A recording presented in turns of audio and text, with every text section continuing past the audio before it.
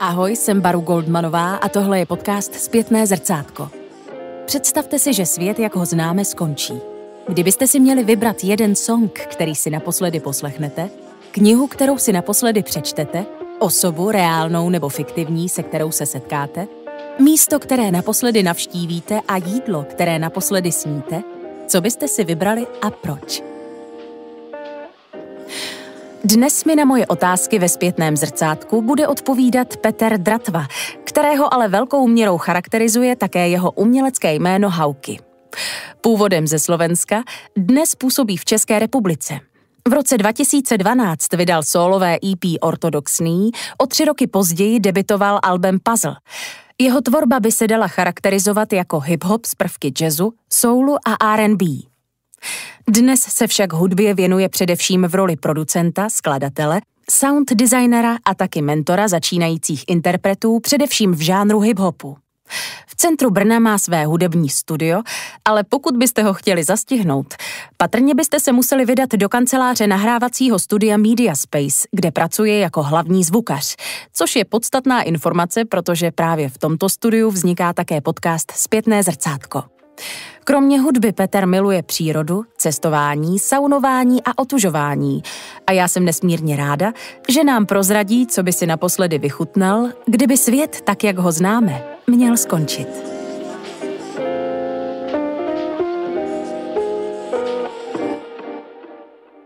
Ahoj Petere. Ahoj, ďakujem za pozvanie, velmi výživný úvod. Já jsem velice ráda, že jsi udělal čas. Těch nálepek tam, nebo pojmenování profesí tam padlo hodně. Zapomněla jsem na nějakou a pokud ano, doplň a když tak mi řekni, čím se nejvíc cítíš teď aktuálně být. Myslím, že si to celkom ako obšírne obsiahla ako kompletne celkom, takže bolo toho povedané asi všetko v podstate, čomu sa momentálne venujem. A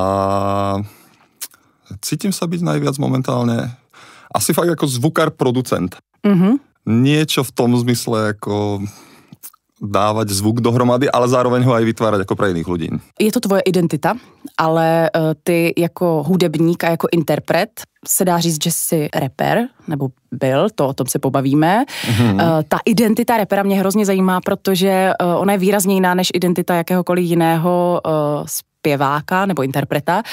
Jak to vnímáš ty jako interpret, rapper, ať už dřív nebo teď, jak pro tebe je ta tvoje identita například v té tvorbě hudební důležitá?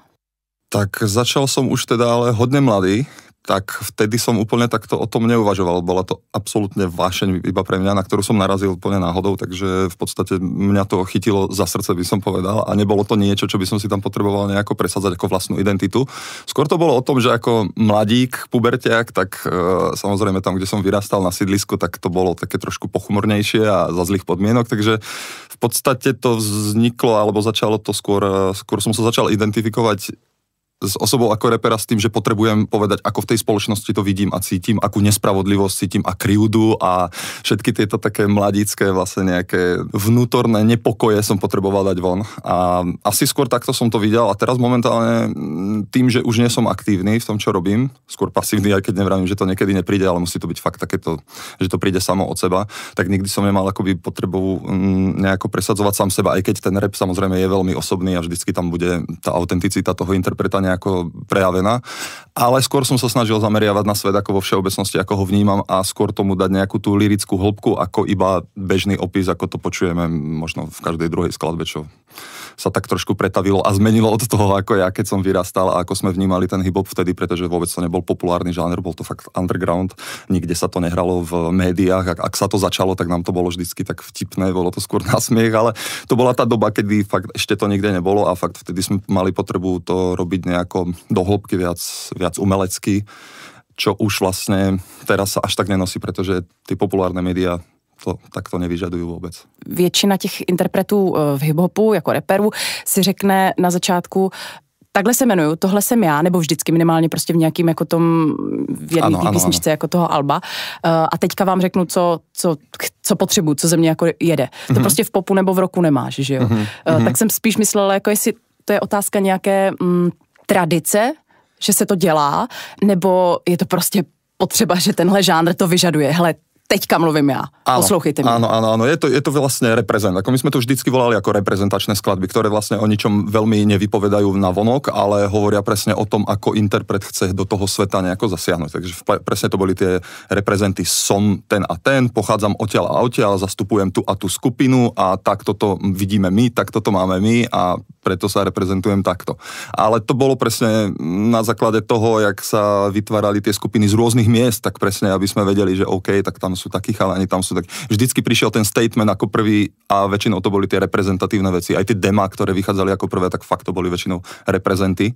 Takže asi z toho to vzniklo, ale skôr to je taký prirodzený vývoj, si myslím, že presne v tom hip-hope tam, ako vravíš, každý potreboval presne ukázať, kto je, odkiaľ je, čo zastupuje a to sú presne také tie reprezentačné skladby, ktoré vznikajú potom.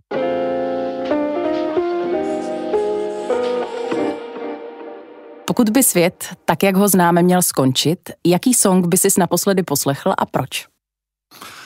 No, toto je zapeklitá otázka, pretože kvôli tomu, že som práve v tom hudobnom kruhu, tak to je, akože okamžite by ma napadali veci ako práve nejaký Kendrick Lamar, alebo nejaké fakt rapové veci, nejaké klasiky, alebo veci, na ktorých som ja vyrastal. Ale v konečnom dôsledku, keď som sa nad tým fakt zamyslel a už by som nikdy v živote nemal nič iné počuť, tak asi by to nebola ani hip-hopová vec vôbec. Veľmi ma vyformoval vlastne na konci mojej strednej školy jeden film, Into the Wild, a je to fakt moja srdcovka asi doteraz. A Eddie Vedder tam robil soundtrack k tomu filmu a doteraz milujem a spievam si všade, kde ma nie je počuť v aute alebo niekde v lese skladbu Society. Takže to by bola tá vec, pretože tá vyvoláva vo mne nejaké také emócie, ktoré asi tam niekde sú, ale sú akoby voči spoločnosti v podstate nejako nevypovedané možno, alebo je to celkovo, tá skladba má takú emóciu zvláštnu, že žiadna iná skladba v hip-hope vôbec sa tomu nepriblíži. Alebo ak áno, tak iným spôsobom. Ale to je presne, keby som chcel poslednú skladbu počuť, tak asi by to bola táto od Eddieho Veddera Society. A myslíš si, že tě to tak zasáhlo především obsahem, nebo třeba tam hraje silnou jako linku i ta melodie? Aj, áno, je to komplex vždycky, ako čo mňa na tej hudbe baví, tak je to vždycky komplex toho všetkého.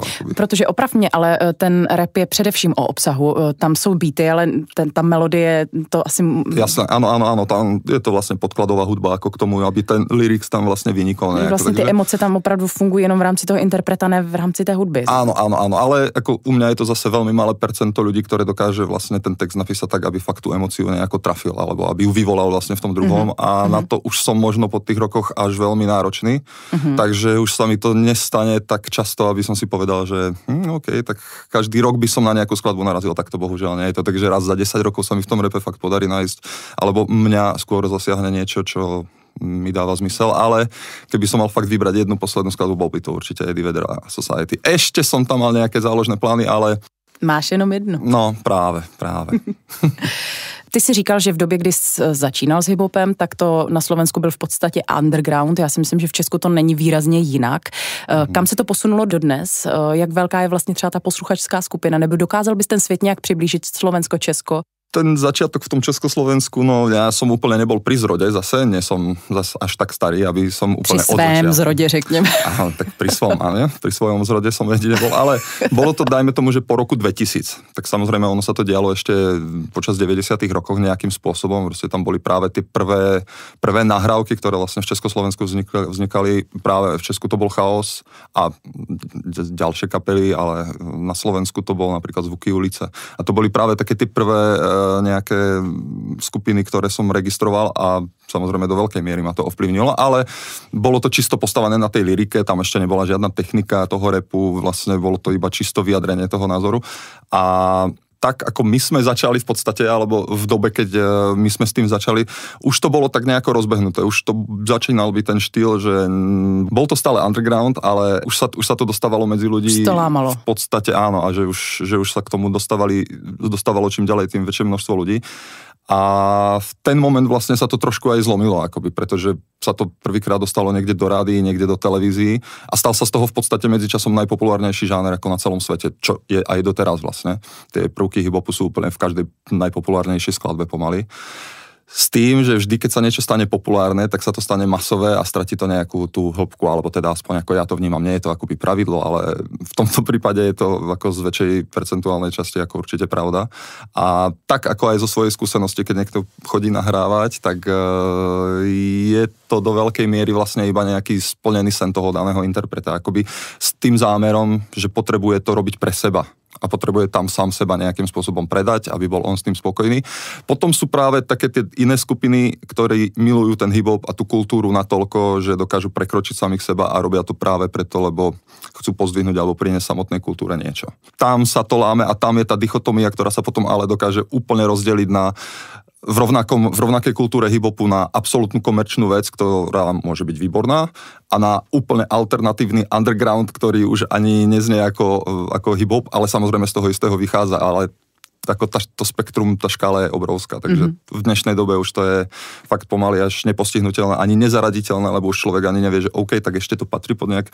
Hip-hop je pre mňa kultúra, rap samozrejme môže byť aj v akomkoľvek inom žánri, ale... Terminológie, že vlastne hip-hop je žánr, rap je ale už tá interpretace, říkám to správne? Áno, povedal by som, áno, rap je akoby už ten rytmický hlasový prejav toho interpreta, hip-hop je pre mňa kultúra ako komplex, akoby od toho, ako človek sa oblieka, ako rozpráva, pomaly ako chodí, to, čo ho tvorí vlastne, ako tvorí vlastne hip-hopová kultúra od graffiti, breakdanceu a beatboxu a všetkých rapových akcií, tak to je to potom, čo robí z neho akoby tú osobu, hip-hopovú osobu, čo samozrejme nemusí byť rapper vôbec. Alebo teda rapper nemusí byť akoby hip-hopper, dajme tomu. A ty ses věnoval pouze té interpretaci, nebo si i tancoval, když si jmenoval ten breakdance? Netancoval som, ako samozrejme so všetkými týmito elementami som sa stretol, pretože to v rámci toho, keď človek vyrastá v nejakom menšom meste, tak tam na všetkých tých ľudí narazí.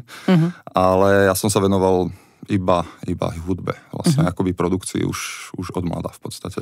V té tvé tvorbě, když si člověk poslechne tvoje album Puzzle, které vyšlo před 10 lety, je to tak, presne, áno, skoro presne. Tam jde cítit takový neklid toho mládí, o kterém si mluvil, ale v jednom songu jsem taky slyšela, že tě to vlastně neuživí, že sice za to nemáš prachy, ale jde to z tebe. Áno, je to tam, že? No, čím se živil v té době?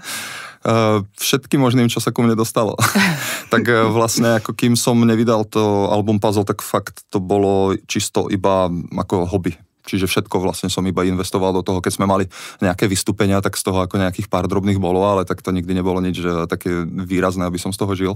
V podstate by som si dovolil tvrdiť, že ako živiť sa rapom v Československu, tak môže si to povedať nejakých pár 10 ačkových reperov, ale možno, a to je tak všetko. A možno ani tí úplne nie, aj tí majú nejaké svoje joby a tak ďalej, tak nie je to úplne ako medlízať, ale živil som sa napríklad rôznymi brigadami, najviac ma bavilo nejaké stolárstvo alebo niečo podobné ako práca. Fakt manuálna práca možno. Aj doteraz ma to stále baví, aj keď akoby sedím už v štúdiu väčšinou v komforte, v teplúčku, ale stále ma baví vybehnúť cez víkend niekam niečo manuálne spraviť. Takže čímkoľvek. Akože ja som sa nikdy neštítil akejkoľvek práci. Kdybys chtěl posluchačům, kteří ten žánr hip-hopu jako neznají, nebo se ho třeba z nějakého důvodu, možná je to silné slovo, ale bojí, nebo mají nějaké předsudky, co je potřeba vzít v potaz, protože v tom žánru se objevuje hodně kritiky, hodně vulgarit, může to působit agresivně. A teď jak v tom vlastně najít, té celé škále, o které ty jsi tady mluvil, něco, co by i běžný posluchač dokázal jako ocenit. Jak otevřít ten žánr někomu, kdo si řekne ne, tohle je prostě, to jsou rvačky, to je tráva, to je plný vulgarit, tohle nechci. A nebo to nemusí poslouchat každý. No a co? Určite to poslúchať každý nemusí teda. To rozhodne nie, ako není to žáner, si myslím, ktorý by dokázal zhltnúť úplne každý, ale ja si myslím, že nejaká tá úprimnosť a autenticita, ktorá sa možno nikde inde neprejavuje až v takej otvorenosti a v takej priamočiarosti vlastne ako v tom repe, že je to vlastne ako názor, ktorý ten človek povie do éteru, ak ho vie nejako sofistikovanejšie povedať, nemusí to byť úplne stále vulgárne a tvrdé, čo už vlastne v podstate v dnešnej dobe je a není, je to taký komplex, jak vravím, také spektrum široké, že si tam každý nájde asi to svoje, ale nemal by sa práve napríklad nechať odradiť tými nadávkami, to je práve prvá vec, ktorou som aj ja bojoval ako mladší, tá cenzúra, ktorá ešte stále v tej spoločnosti nejako bola, že aj keď tam bol dobrý názor, bola tam komplexne a dobre rozvitá nejaká myšlienka, tak ako náhle tam zaznela nejaká nadávka, tak proste niektorí ľudia okamžite sa nejako ohradili, obrnili, otočili a už to nikdy v živote nechceli počuť, alebo povedali, že je to blbosť bez ohľadu na to, aký ten kontext tam je. Takže vlastne... Je to tak důležité? Tam je to jako součást toho žánru? Musí to tam zaznít? Nie, vôbec to nie je súčasť, nie je to dôležité, ale si myslím, že keď niekto chce niečo úderne nejako vyjadriť, tak tá nadávka je iba ako prostriedok, ale je to taký istý nástroj ako nôž, no niekto s ním dokáže narezať chlieb, niekto s ním dokáže zabiť človeka, takže v podstate akože záleží vždy na kontexte, v akom sa to povie. Keď poviem nejakú nadávku ako v dobrom pozitívnom kontexte, neznamená nutne, že je zlá samotná, pretože chcem vyzdvihnúť niečo pozitívne. A možno je to iba môj názor, ale tak sa na to dívam a myslím si, že presne to by nemala byť vec, ktorú by sa mal nechať človek na začiatku odradiť.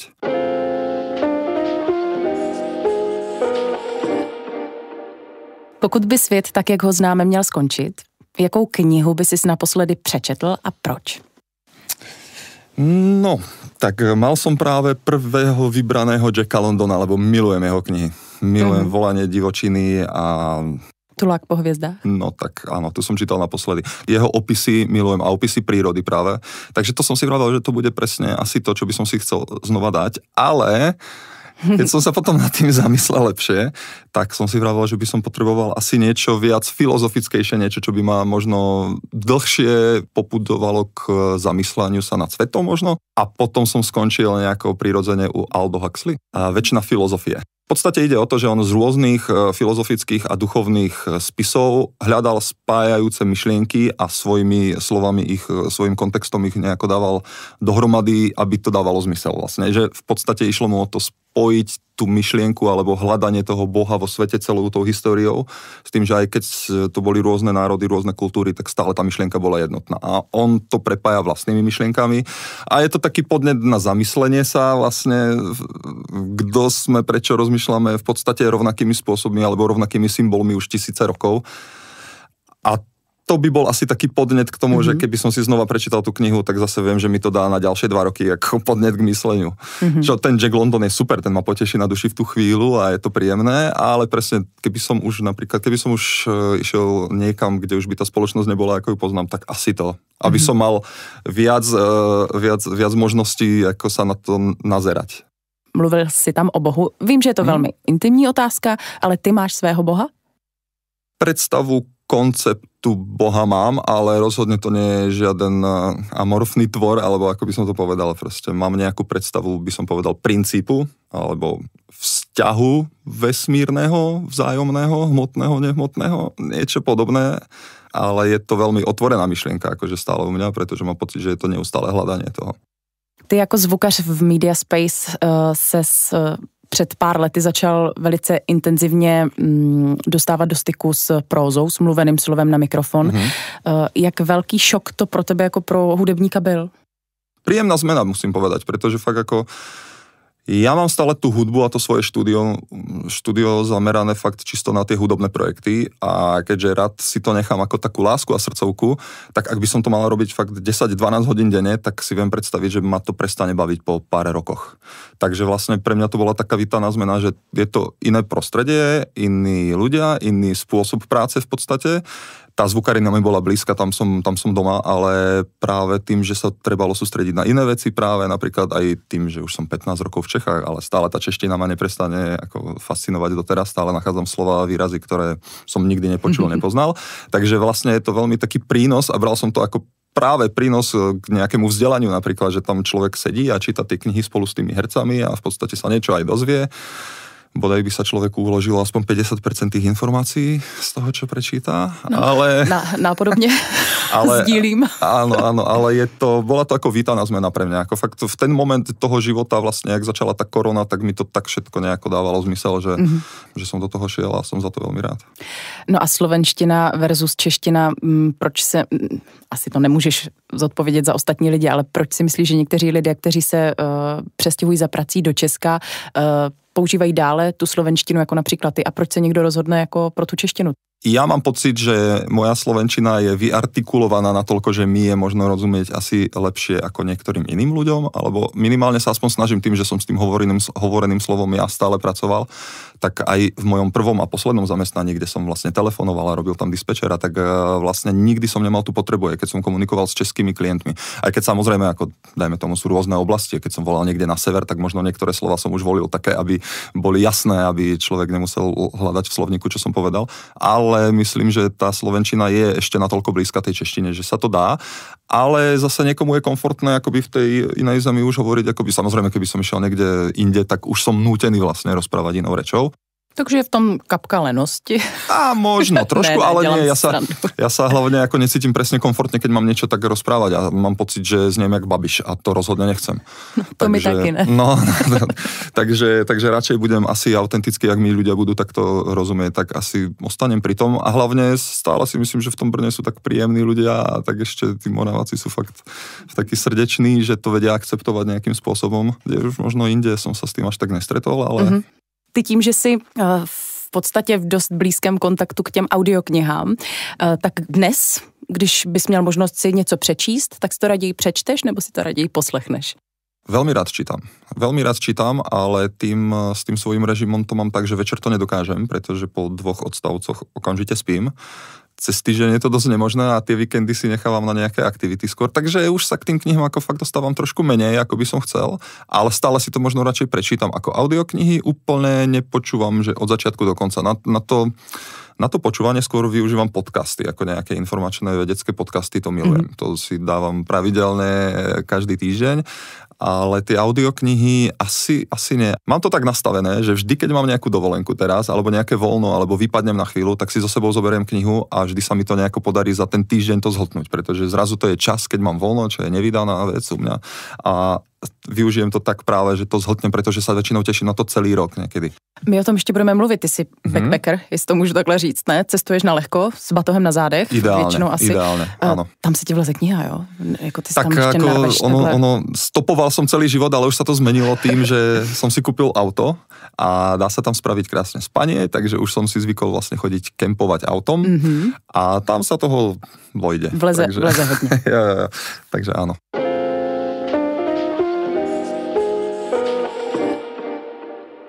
Pokud by svět, tak jak ho známe, měl skončit, s kým by ses chtěl naposledy potkat a vybírat můžeš i z fiktivních osob? Práve o tom som premýšľal, že jediný taký extrémne blízky vzťah samozrejme mám s mamou, ale bolo by to také až trošku klišoidné. Tak my máme ako presne taký vzťah, že ja som sám ako jedináček vyrastal iba s ňou, takže vlastne iba my dvaja v podstate, takže tam to bolo veľmi úzke. Ale ja by som strašne rád stretol svojho starého otca ako svojho dedu z maminej strany. Pretože to je človek, ktorého som nikdy v živote nevidel, akoby on umrel 3 roky predtým, jak ja som sa narodil, ale celý život som počúval, že dosť sa na ňo podobám, že dosť vystupujem podobne jak on a tak ďalej. Takže vlastne je to pre mňa taký mysticizmus, jak to je možné, že nikdy som to nevidel vlastne.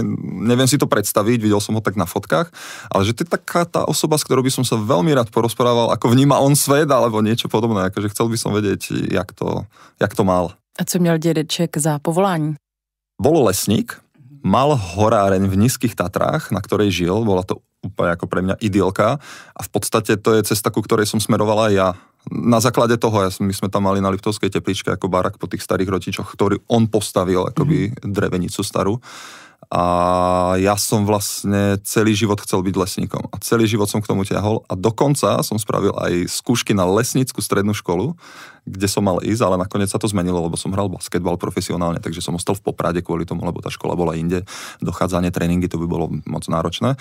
Takže v podstate ten jeho život vlastne mňa viedol celý život k tej prírode a k tomu, že som vlastne chcel zažívať úplne to isté, alebo mal som takú romantickú predstavu, idylku, ako to asi môže byť v lesníctve, keď teraz vidím realitu, tak mi je skôr doplaču, ale že je to tá osoba, s ktorou by som sa stretol, lebo mám pocit, že takisto samozrejme do veľkej miery ovplyvnil môj život, alebo vlastne to, že som tu, ale že je to asi taká tá osoba, ktorú by som veľmi rád videl a porozprával sa a zistil, že what's going on.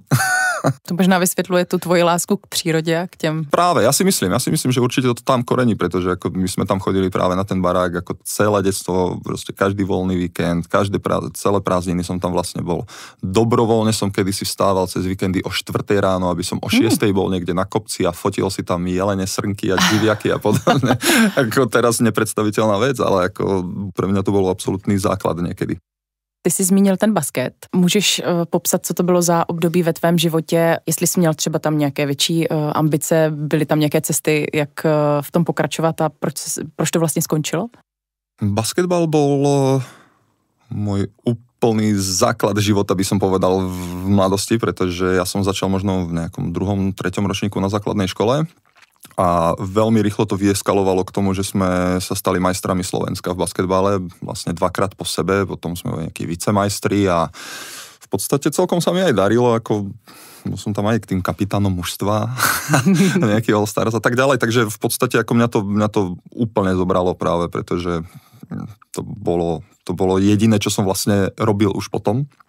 Som vlastne každý deň chodil na tréningy po škole, každý víkend sme mali dvojáky zápasy, kde sme sobotu, nedeľu hrali proste s niekým, takže vlastne to bol môj život vlastne.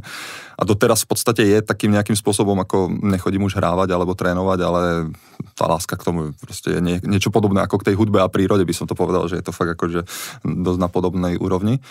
No a ambície som mal, samozrejme, ako každý basketbalista ísť do NBA.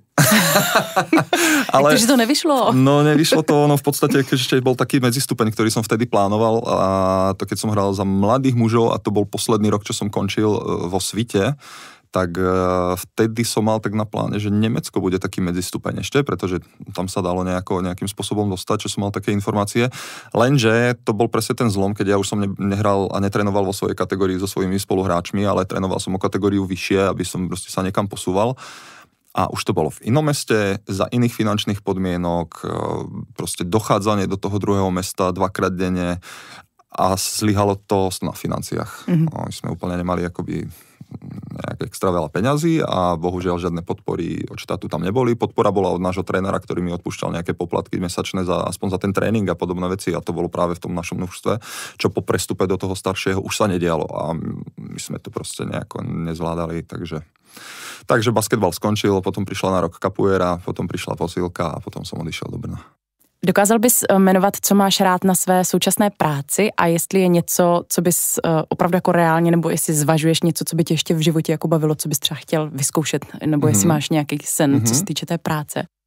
No, práca ma absolútne baví, pretože mám pocit, že to nie je práca, že toto by som robil, aj keby som chodil do bežnej práce, tak toto by som si robil vo voľnom čase asi vždy, takže v podstate to, že je to moja hlavná náplňa, že ma to živí, tak je to radosť, ktorú si ale uvedomujem fakt každý deň a fakt každý deň som rád, že vlastne idem do tej práce, aj keď sú to občas stresy a niekedy je to také, že ten mozog je zahltený non-stop, že večer pred spaním na to myslím, ráno ako prvé po zobudení už na to myslím. Ale zároveň na druhú stranu, ako je to proste radosť robiť si takto slobodne v podstate. A nemám chuť to meniť. Ja myslím, že je to presne taká tá profesia, v ktorej som sa našiel a viem, že to budem robiť asi celý život. Nech to bude v akejkoľvek oblasti. Ale na druhú stranu stále mám pocit, že viem využiť nejaký spoločenský potenciál, ktorý vo mne je a robiť nejakú akoby fakt legit hodnotnú vec. Ako nevravím, že toto nie je hodnotná vec, ale nejaký taký ten hĺbší príspevok pre spoločnosť, čo vôbec neviem v akej oblasti, vôbec neviem ako kde, čo, ja to iba tak nejako vnútorne intuitívne cítim. Že tam niečo ako bobtná a čeká. Áno, že niečo je niečo, čo by som mohol teoreticky organizačne väčšie zvládať. Ale vôbec neviem, či k tomu dôjde, vôbec neviem, či je to ako možné, či je to realita, či to nie sú len nejaké tiež zatiaľ predstavy. Neviem, vôbec neviem. Nemám také plány, takže zatiaľ je toto, čo ma absolútne naplňa a vlastne stačí a uvidíme kam ďalej, no.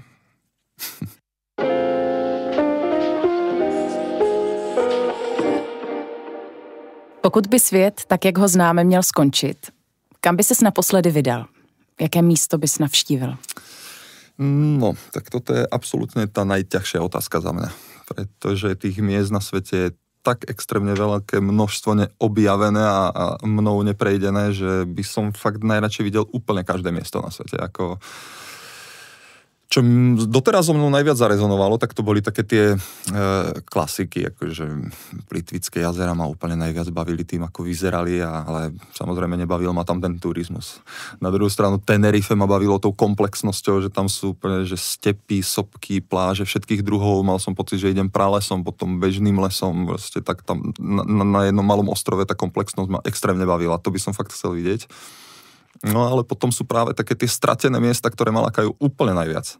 Akože bolo by to zložité asi tam nejakým spôsobom prežiť, ale ak by som ich mal iba vidieť, tak určite by to bol proste prales nejaký. Kongo, Amazonka, proste fakt ako prales, ten najhardkorovejší prales, kde ťa všetko chce zabiť. Aha, tak to. Zajímavé. A Aliaška.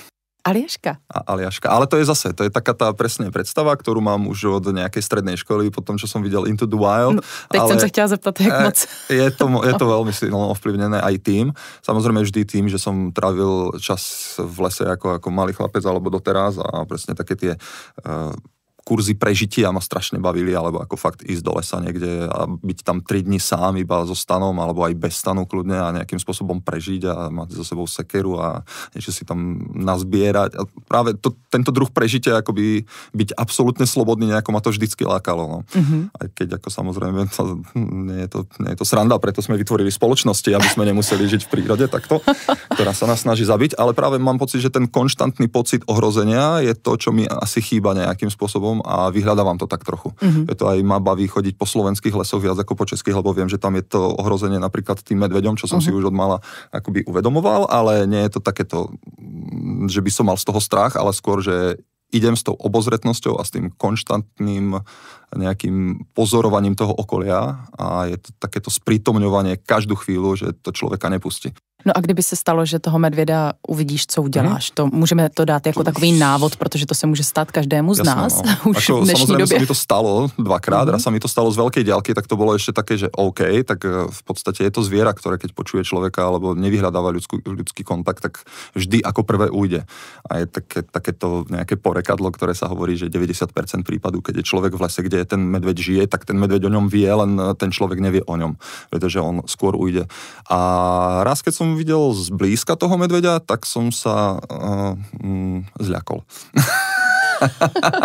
A videl som ho fakt akoby, bol v ceste, keď som sa vracal akoby naspäť už do civilizácie a presne v strede cesty, kadiaľ som mal na pláne ísť, tak tam bol obrovský chlpatý chrbát, ktorý tam niečo na zemi žral, neviem, huby, čučoriedky, niečo to bolo. Nevšimol si ma a ja som kvôli nemu obišiel 2 doliny naokolo. O 2 hodiny dlhšie mi to trvalo, ale mal som tep 190, takže som to celkom rýchlo zbehol.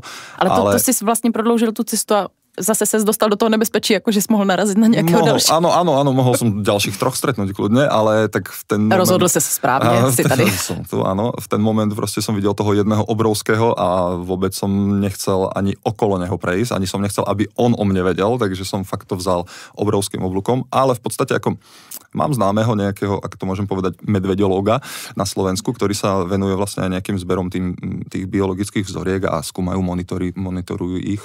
A on sa neraz samozrejme stretol, pretože on chodí na tie fotopasce, kde si ich natáča.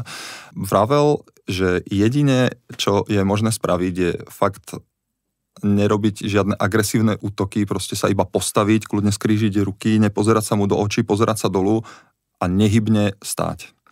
Pri najhoršom, ak by začal útočiť, tak si má človek ľahnúť a skrčiť sa do klopka, aby si aspoň ochránil nejako vnútornosti, že keď už tou labou akoby sa snaží zabiť, alebo teda aspoň nejako nastrašiť, alebo zneškodniť toho človeka, tak mu môže potrhať nejaké veci ako okolo, ale že aspoň tie vnútornosti si ochráni. Mm-hmm. To sú 2 rady, ktoré som počul, ale v momente, ako na mňa beží nejaký medveď a mám nehybne ostať stáť s hlavou sklopenou dole, tak neviem, či by sa mi to podarilo. Ale v podstate je to takový jako systém, pokud někdo viděl Jurský park, tak podobně jako dinosaur. Jo, dajme tomu, asi tie púdy môžu byť podobné, no. Ale ako radšej sa im vyhybať a nechodiť, keď tam človek ako má z toho strach, tak proste nechodiť do ich prírodzeného prostredia. Ako. Ty jsi ve svém albu Puzzle naspíval song, který se jmenuje Všade doma a ten se mi teda extrémně líbil. Tak to nie si sama, to bol jediný song, ktorý hral v rádiu FM ako častejšie, ako by som čakal. Spoustu to o tobě vypovídá, co se týče třeba cestování nebo tvého vztahu k ke světu, k okolí, k tomu, jak vnímáš jako lidi okolo sebe. Jak moc je to obraz tvého života, co se týče třeba cestování, co se týče jako vnímání toho světa, protože ty tam zpíváš, že jsi občan světa. Obyvatel zeme a občan světa. Ano, a já jsem tohle slyšela, když jsem třeba šla jednu cestu a potkala jsem jednu ženu z Izraele, tak moje první otázka většinou byla ahoj, a odkud jsi? A ona říká, já jsem se jako narodila na Zemi, on planet Earth, a já říkám a tak jsem byla jako trochu, jako jsem se cítila hloupě, že jsem se teda jako zeptala, protože tak co tohle pro tebe třeba znamená? Jo, jak tak to je to vnímáš, úplne presne tak. Toto by bola moja odpoveď. Na základe toho vlastne vznikla aj tá skladba. V podstate, že to vnímanie sveta je pre mňa to, že sme presne tu všetci ľudia na jednej zemi, máme nejaké pomyselné hranice, ktoré tu vytvárajú nejaké nezhody, konflikty a tak ďalej, ale pritom ako obývame tu jednu skalu, ktorá tu krúži okolo plynovej ohnivej gule a ako that's it, a to je pre mňa presne taký ten postoj, čo som aj do tej skladby chcel dať. Ja som obyvateľ Zeme, nie som občanom nejakej konkrétnej, áno, som občanom Slovenskej republiky, lebo som sa tam narodil, ale je to práve moja časovo-priestorová nejaká vlastnosť v ten moment, že sa to tak stalo, ale ako keby som sa narodil o pár storočí skôr, alebo neskôr už to mohlo byť úplne ináč a stále by som to bol ja a stále by som sa narodil na tejto zemi, takže áno, som pozemšťan, štátnym príslušnosťou štátnou Slovensku, ale ja sa na to vôbec absolútne nejako neupínam, ako samozrejme som rád za Slovensko, také, aké je, ak nespomíname politickú situáciu. Ale nie som na to nejako upnutý, ako vôbec práve ja mám pocit, že presne sme ľudia na zemi, takže pozemšťan, áno. A tak skladba presne to vystihuje presne to cestovanie, ako mám rád, slobodné, nezávislé. Ono sa to mení samozrejme, ale tých 10 rokov dozadu som fakt stopoval všade. To sme sa zrovna možno vrátili aj s bývalou priateľkou, sme boli na dvojmesačnom tripe po Európe a Turecku. A to sme spali iba v stane a to bolo práve z tých ciest, tak to bola tá skladba, ktorá z toho vznikla vlastne. Mm-hmm. Dovedeš si představit, že by ses přestěhoval někam úplně jinam, třeba na druhý konec světa? Je pro tebe ta představa reálná? Vůbec tě to neděsí? Nemáš pocit, že jako... Nie, neděsí práve, že naopak, práve mňa to celkom láka, aj keď viem, že ono to asi sa nejako neudeje možno v najbližšie roky, teda ak sa nič výrazné nestane, pretože teraz mám pocit, že to všetko začína fungovať v tom živote profesne tak, ako by asi malo, alebo ako mi to je prirodzené, ale práve... To je po té 30, víš, to je s tím věkem. Jo, je to možné, ešte uvidíme, čo sa stane po 40-ke.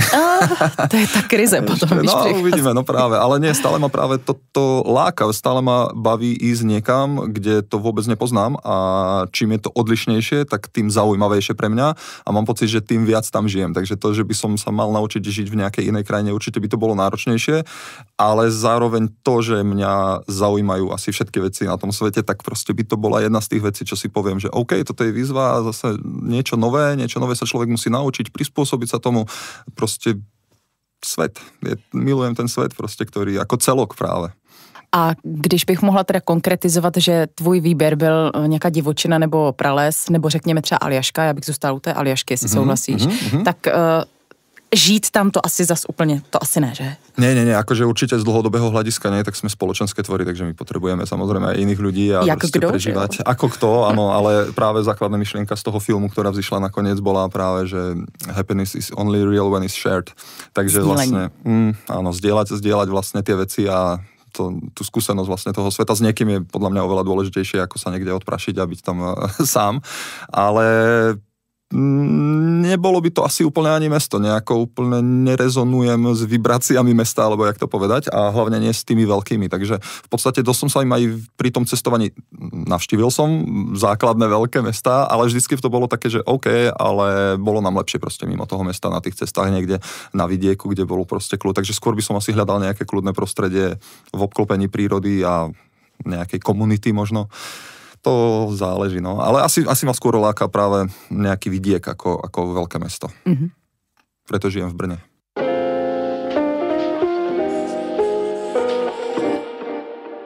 Pokud by svět, tak jak ho známe, měl skončit, jaké jídlo by si naposledy vychutnal? No tak to je úplne jednoznačné. Neříkej halušky. Palacinky.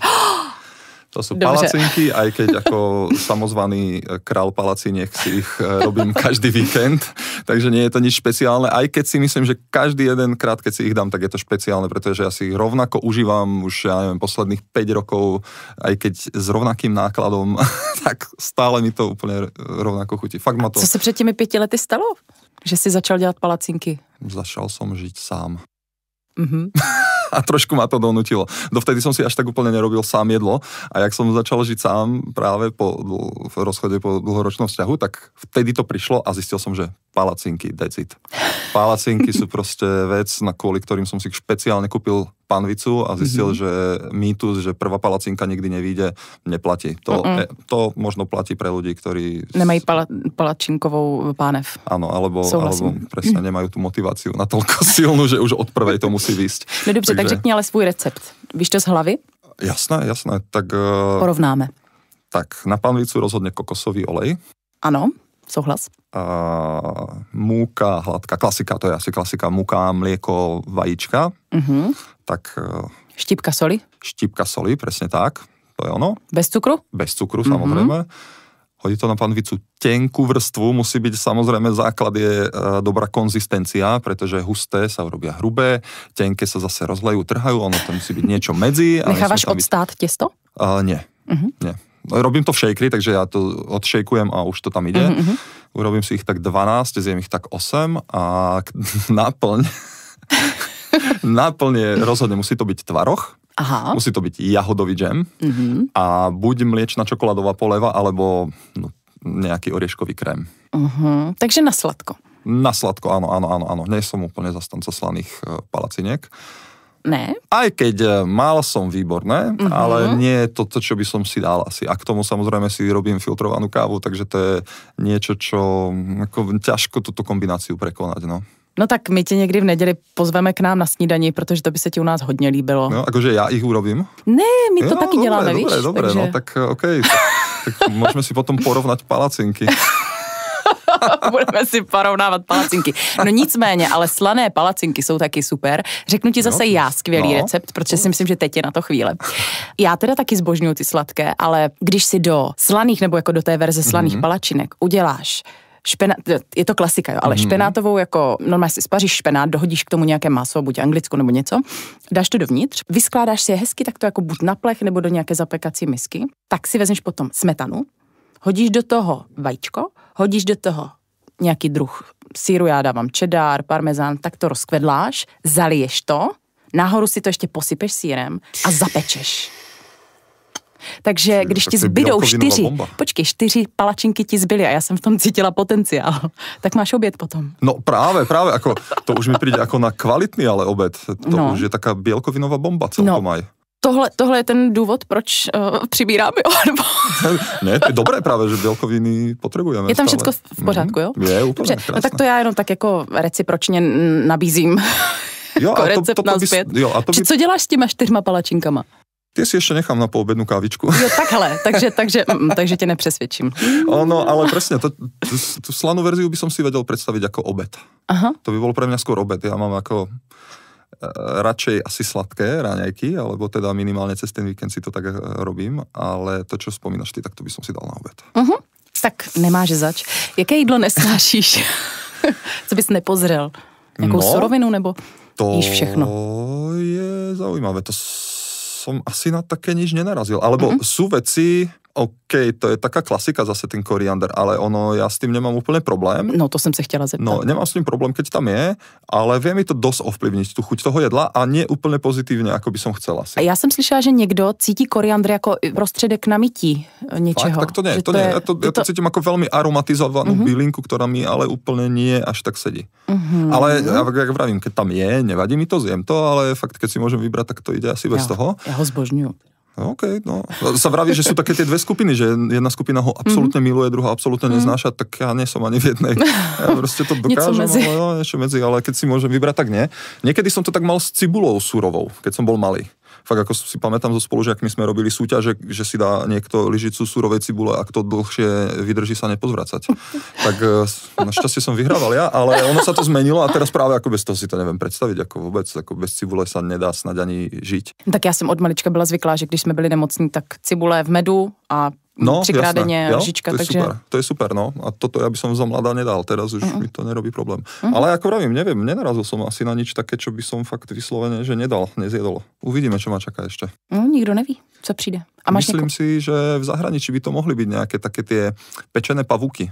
To neviem, či by som do toho úplne... Akože nevadia mi hmyzy a podobné divné veci a jedla a neviem, rastliny a zvieratá, ale ako tie chlpaté veľké pavúky sú také, že ak by tá konzistencia vnútorná bola tekutá, tak to neviem. Ne, to nebudeme považovat za jídlo, to už bychom potom říkali, že jídlo jsou ponožky a to ne, prosím tě, to nikdo nejí přece, nikdo si nesmaží velké tarantule, že ne? No to si tak hovorím, že v tej Amazonii, keby som bol. To určitě ne a pokud ano, tak budeme dělat, že ne. To ne. Takže maximálne takto. Máš nějakou oblíbenou kuchyni? Talianska sa ňou stala. Ja som nikdy nebol nejako zameraný na špecifickú kuchyňu, alebo nikdy som nemal akoby takto vzťah k tomu jedlu vytvorený, pretože som to nikdy až tak neriešil a teraz sa snažím ako to tiež neriešiť, ale aspoň si to viem vyberať lepšie, mám pocit, alebo možno s tým vekom to ide, že si tie chute viem ináč užiť. Ale keď som bol práve v Toskánsku, ja som nikdy ako nemal nejaký vzťah k talianskej kuchyni extra, lebo vždycky to bola taká klasika, že áno, pizzu milujem, pizza to jedlo. Jasné, pizzu by som mohol každý deň jesť pomaly. To mi príde ako úplne dokonale komplexné jedlo, ale keď som bol v tom Toskánsku, tak tam čokoľvek som si dal a bolo to jednoduché z 3-4 ingrediencií pripravené, tak vždy ma to prekvapilo, jak to môže takto dokonalo chutiť. Poslechl si Society, přečetl si věčnou filozofii, setkal se s dědečkem, navštívil si Aljašku a užil si naposledy palačinky. Yes. Svět, jak ho známe, končí. Díky, že jsme se společně mohli podívat do zpětného zrcátka a přeju ti, aby to, co má přijít, pro tebe bylo co nejbarevnější. Ďakujem krásne.